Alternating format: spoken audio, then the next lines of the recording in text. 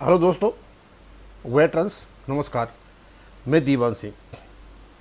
आज मैं दूसरा वीडियो बना रहा हूँ और ये बहुत ज़रूरी है। दो चीज़ बताऊँगा कि 1995 में रेगुलेशन बनाते वक्त इसमें पेंशन अपडेशन पोस्ट 1995 वालों को क्यों छोड़ दिया गया और पहले वालों को क्यों लिखा। और दूसरा, एक जो नया कारनामा वेंकटाचलम साहब का सामने आया कि उन्होंने 5 लाख रुपए फिलिस्तीन को डोनेट किए थे जो कर नहीं सकते थे। यदि इन्होंने किया है क्योंकि वो इनके लेटर में भी है और उसका किसी ने ऑब्जेक्शन भी किया था, वहीं के वहीं पड़ा रह गया। मैं चाहता था ये आए और हम तो ये चाहते हैं भारत सरकार इसको देखे क्या अनुमति ली गई थी या इनको क्या फ़ायदा हुआ इससे उसको भेजने के लिए, किस कंडीशन में उन्होंने भेजा, और दूसरे जो उद्देश्य हैं, जो लाइबिलिटीज़ हैं, पर्पज़ हैं, राइट्स हैं दूसरे मेंबर्स के, उनके लिए उन्होंने क्या किया।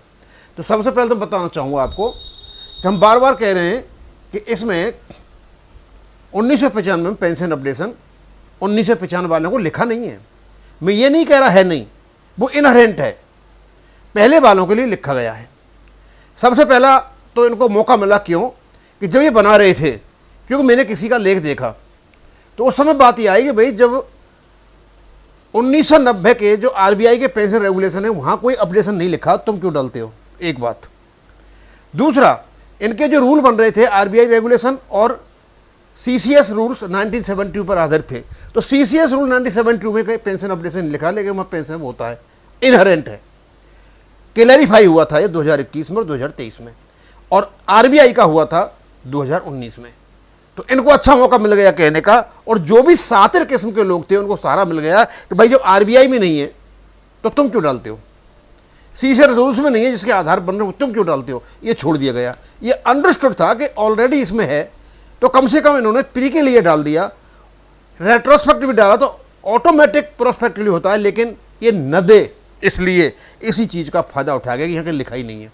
भाई लिखा तो आरबीआई में भी नहीं है और लिखा सीसीएस रूल्स में भी नहीं है, इसलिए इस पेंशनर को छोड़ा। इसका फ़ायदा उठाया वेंकटाचलम जैसे लोगों ने, और नई नई थ्योरी गढ़ी गई इनके द्वारा कि इसमें फंड की कमी है, फंड की कमी है, और ये 24 साल तक यही गीत गाते रहे जब तक कि आरबीआई का पेंशन रेगुलेशन नहीं, अपडेशन नहीं हुआ। अब मैं आगे चलता हूँ दूसरी बात पर। आपने देखा कि फिलिस्तीनों के लिए एआईवीई अपने फंड से, जो ट्रेड यूनियन एक्ट के अंतर्गत इनका जो यूनियन बना वहाँ से 5 लाख रुपए ये देते हैं। अब क्योंकि ये तो ट्रेड एक्ट जो है एक स्टैट्यूटरी प्रोविजन है, दे नहीं सकते, ये वही खर्चा कर सकते हैं जो उसमें सेक्शन 15 में लिखा हुआ है। अब हम ये पूछना चाहेंगे कि क्या ये दूसरे संगठन जो यूएफबीयू के वो भी ऐसा कोई कारनामा करके बैठे हैं क्या। क्योंकि जब इनकी मीटिंग हो रही थी आईबीए और यूएफबीयू की, और जब ये नेशनल लेवल के डीए की जब बात हुई थी तो किसी अधिकारी ने वहाँ ये बोला था कि भाई हम ये कर देंगे, आपको नेशनल पैटर्न का डीए दे देंगे, लेकिन ये कॉस्ट न्यूट्रल होना चाहिए। और इनके मुंह में दही जम गई थी ये बोलने के लिए कि भैया तुम ही बताओ तो क्या होता है कॉस्ट न्यूट्रल, कर सकते हो कॉस्ट न्यूट्रल। एक भी नहीं बोला था। ये किस बात से दबे हुए थे कि इस बात का ये जवाब नहीं दे पाए।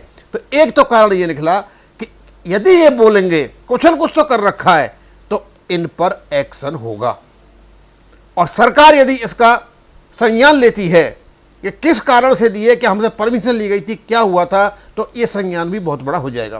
खैर एनीवे, हम सभी यूनियन से और खास करके वेंकटाचलम साहब से ये पूछते हैं, सर ये बताइए कि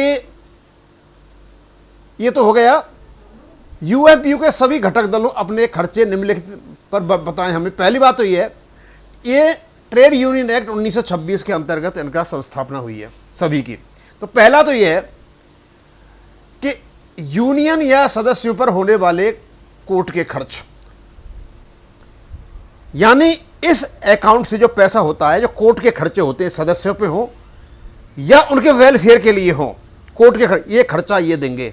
तो आप ये बताएं कि आपके जो कोर्ट में केस चले हुए हैं वहाँ पर आपने वकीलों पर कितना खर्चा किया है और दूसरे में से खर्चा कितने हुए, हर एक यूनियन डाले इस पर, या उस पैसे पे आप झप्पी मार करके बैठे हो कि वो पैसा आपका है और कोर्टों में जा करके सदस्य लड़ते रहे। तीसरा, ये 15C में है।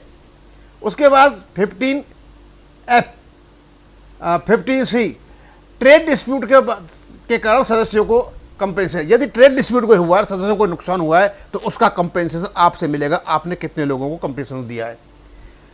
उसके बाद है आपका 15F, सदस्यों उनके आश्रितों को मृत्यु, वृद्धावस्था, बीमारी, दुर्घटना, बेरोजगारी के कारण भत्ता आपने कितना दिया है, क्योंकि आप देने के मजबूर हो इन सब चीज़ों के लिए।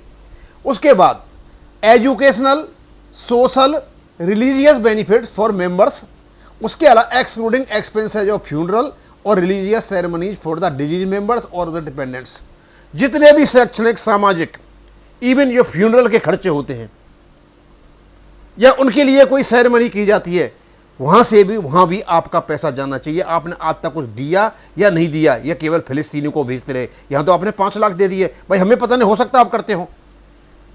उसके बाद 15F, आप पीरियोडिकल्स पर कितना पैसा खर्च करते हो, और कोई भी ऐसा ऑब्जेक्ट जो भारत सरकार ने बाद में नोटिफिकेशन के माध्यम से होता है, तो हम ये जानना चाहेंगे, क्योंकि हमारा अधिकार है राइट टू इन्फॉर्मेशन, ये हमारा अधिकार है। आप हमें ये बताएं कि आपके जो ऑब्जेक्ट्स लिखे हुए हैं सेक्शन 15 में, आपकी जो लायबिलिटीज हैं, जो राइट्स हैं आपके, वहां आपने क्या क्या खर्चा किया, कितना आपने मुकदमों पर खर्चा किया। इसका मतलब ये हो गया कि जो कोर्ट में केस चले हुए हैं आपके मेंबर्स के, उस पर भी खर्चा यूनियन को देना चाहिए। ये तो क्लियर कह रहा है, अब दे नहीं दे रहा हूं अलग बात है।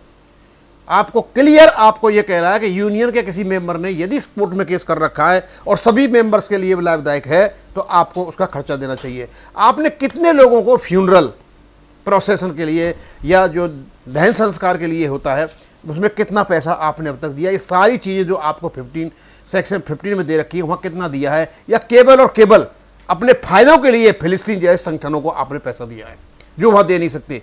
हम तो ये चाहते हैं भारत सरकार से इसकी इंक्वायरी की जाए, और जो संगठन का पैसा जो है, जो ये दे नहीं सकते, वो किस प्रकार इन्होंने बाहर दिया और किन लोगों के लिए दिया, उनसे इनको क्या फ़ायदे हुए। अब यहीं ख़त्म करेंगे। थैंक यू, धन्यवाद।